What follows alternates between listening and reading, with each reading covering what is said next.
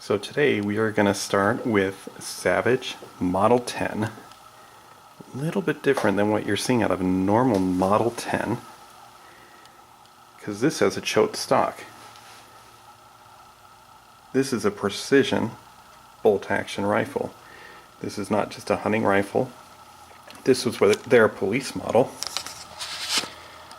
It has a recessed crown, 11-degree crown, true Harris bipod. It's a 6-9. And then it has a 6-25 scope mounted to it. So we are going to actually do a little bit of restoring on this rifle. This rifle has not been shot in a few years. This does not belong to me. And I don't know, I may offer to purchase it, but it's a free float barrel.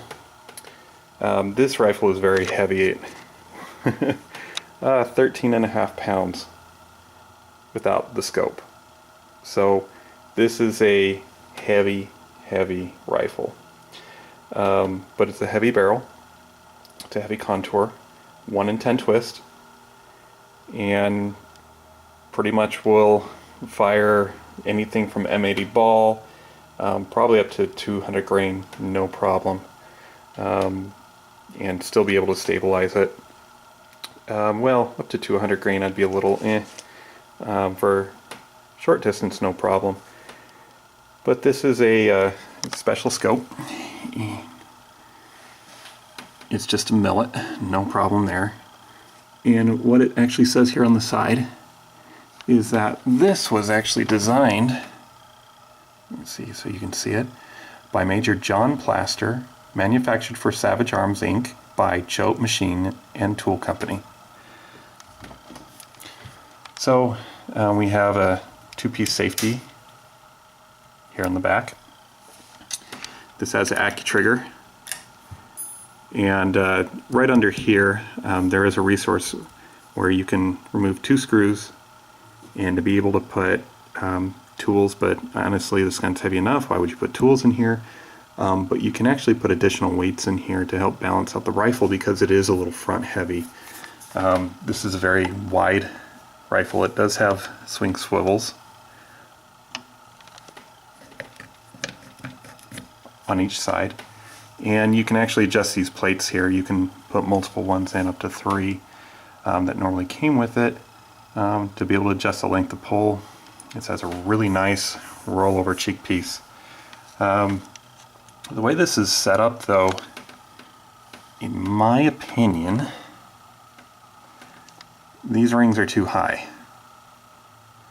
I think these are medium rings, and I would myself personally like to see a lower set of rings, get that scope a little lower to the bore, and there is room to do that. The scope zeroed, he said, at 200 yards. We can work with that though. You'll notice this is very dry. There's dust on the scope. Look at that. There's dust in the rifle, on the bolt. I mean, this thing is bone dry. So, I mean, on the stock, there's still dust in here. So what I'm going to do is I'm going to do a little restoring on this rifle today. I am going to strip what is left of whatever oil was on it. And most people would say, okay, yeah, go ahead. Just grab a bottle of Hops number 9. Who doesn't have a bottle of Hops number 9? Okay, well, not going to do that. What we're going to do is we're going to use alcohol. And I'm going to take the stock apart, and I'm going to do rubbing alcohol on every piece of this barrel, the scope. I'm going to take it to the stock itself, and we're just going to really clean this sucker up. And we're going to go ahead and take the metal, and we're going to apply Fireclean. Now this is, don't November 2nd, 2015. And there's some controversy about Fireclean at the moment. And the controversy about Fireclean has more to do with its formulation than how it works. Because you won't find a review of Fireclean that says this stuff sucks. Fireclean's fantastic. I personally started trying it about 1.5 to 2 years ago. And I tried it in my handguns. Fantastic. Just, it does what it says it does. And my 300 blackout, my AAC MPW, in the AR-15 platform, not one malfunction at all. So you don't have to run them soaking wet as if you were one of the tools who use motor oil and doesn't know a thing about metal. That's what my dad used and that's going to work fine for me. No. That's more of an emergency in a pinch situation. You could get it off a dipstick, quart of oil in your car, get your gun running. But proper maintenance on your weapons is very, very important. And Fireclean is I'm just going to summarize. I'm going to water ski over some of this. There's a blogger that says that Fireclean is nothing but canola oil. And he had some lab work done and found some people to back him up on that. He has some anonymous scientists who refuse to give their names, others who do. Well, let's talk about that for a minute. One, I asked the blogger a question and he refused to answer. And that question is, okay, if you're using canola oil on your guns, how long have they lasted? How many times have you reapplied? And, because great, who wouldn't want to just grab something cheap, very readily available to use on your guns? Never replied. So, I'm calling this a whole big bunch of butthurt. And you can take some science and totally misinterpret the results. Because Fireclean, and if you look on their patent, and I will document some resources so you can go look at their patent, but it talks a lot about the formulation. And the formulation is from multiple biodegradable sources. And these biodegradable sources are different vegetable oils. Well, you get some natural components in vegetable oils. And, this is something that if you happen to get some gas in your face, well, you're not having to work with toxic substances that are getting in your eyes, your mouth, all over your skin. That's going to be absorbed into your body, in your lungs, in your throat. That's going to be irritating. It's a non-toxic formulation. And it has some additives in it. And with these additives, leaves you to where, under certain tests, substances can look very the same. I mean, if you look at the genetics between different animals on Earth, they're very similar, almost identical. So this is what we're going to use. Now the issue, he says, Fireclean works, but the issue I take with it is it's expensive. Well, I would postulate that if you look at having to buy solvents and then oils and the amount of time you spend in your guns, Fireclean will get you in and out fast, because after you shoot, the carbon just literally clumps off without causing fouling that's going to create malfunctions. It's been shot on with suppressors, silencers, your fully automatic weapons, and it's also been shot with your full machine guns, not just in the AR platform or like a automatic Glock. Military applications that have used it without any issues whatsoever, and not even going into the detail that I've done and that I'm going to do on this rifle of just really taking care of it. They just pop open a quick sample pack, oil it in the places that are recommended for oil, and they're good to go. So, like I said, no one doubts that Fireclean works. So you have natural components natural vegetable oils that have a combination of additives put in that will really keep your weapons running. But it's a one and done deal.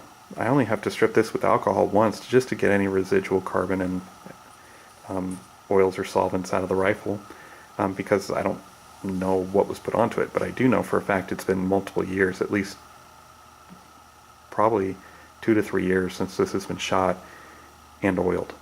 So it's very dry. There's some patina that I noticed was forming back in this area here. And so we're getting a little patina and rust. This is not stored in a safe.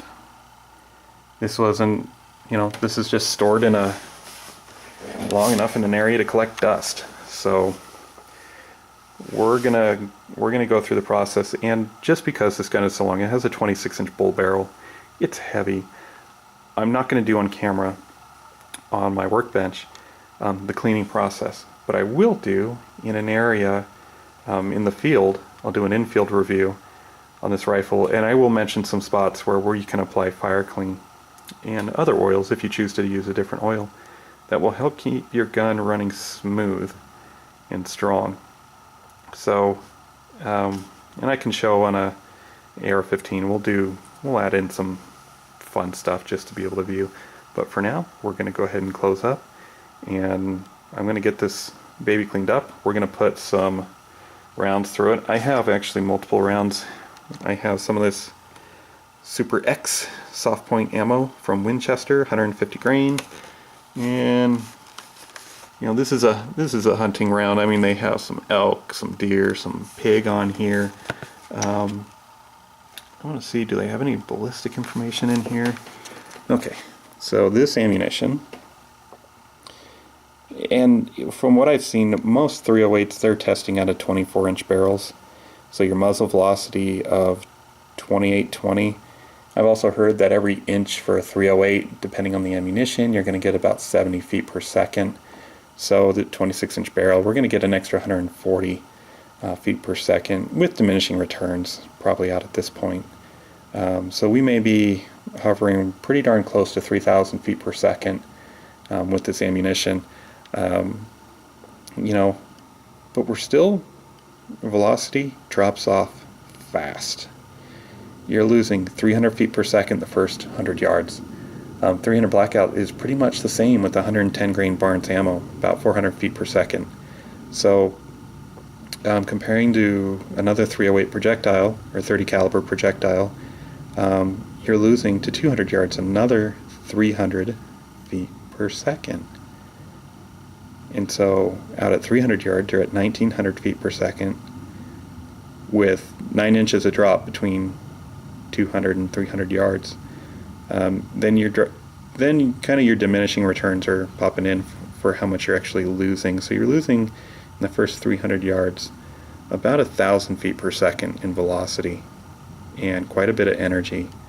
And so for elk hunting, you wouldn't want to use this ammunition really past 300 yards, even if you made a clear shot at that point. You see that down at 500 yards, you only have 742 foot-pounds of energy. And so your typical 5.56 only has like 250 foot-pounds of energy, depending on the round that you're shooting at 500 yards. And 300 blackout will actually have about 275 out to 750 yards. So, just an examination of a 150 grain round. Remember, just because you don't know in the first place, safety first. I'm not a fan of hunting with lead ammunition. It gets in your meat, it gets in the guts, you dump your guts, other animals eat it. Lead poisoning has been proven through different studies to lead to Alzheimer's disease, dementia, lots of bad stuff. So as I'm getting ready for an elk hunting trip, I'm going to be using just copper ammo. It's last 5 years. Hornady has a GMX line. Barnes has fantastic lead-free ammunition. I'm going to be using DRT ammo, which is a frangible, and I haven't decided if I'm going to use 300 blackout in 135 grain variety or if I'm going to use 150 grain frangible load for 308. So I may end up bringing both rifles and having a buddy be willing to carry a rifle. We'll just see. Just depends on where we're going and how things go. So got a lot of work to do here, so I'm going to get started, and then when I go to sight the rifle in, I'm going to bring you guys along, check out some of the accuracy you can expect, because I tell you, this rifle is going to outshoot me. You're talking effective range out of this out to 900 meters, basically 1,000 yards, just because of the way this rifle's set up. I mean, this is a prone shooting rifle, and you know, it's meant for long distance. That 26-inch barrel, bull barrel, recessed crown, choke stock. This is extremely stiff stock, and so you're not going to have a lot of deflection from the barrel. You're not going to have flexation of the stock like you might get with a Hogue stock coming out of a Remington 700, like their SPS, where it's going to be, the stock's going to be flexing, touching the barrel, messing with your accuracy. There's a couple different scope mounts that you can get for this, and you know, Savage is a little bit different than the Remington, how they mount everything.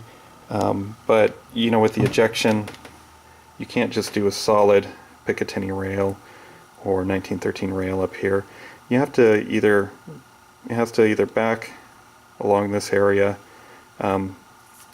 or run a two-piece like this gentleman has chosen to do. So we're going to get this taken care of, and we'll see you later.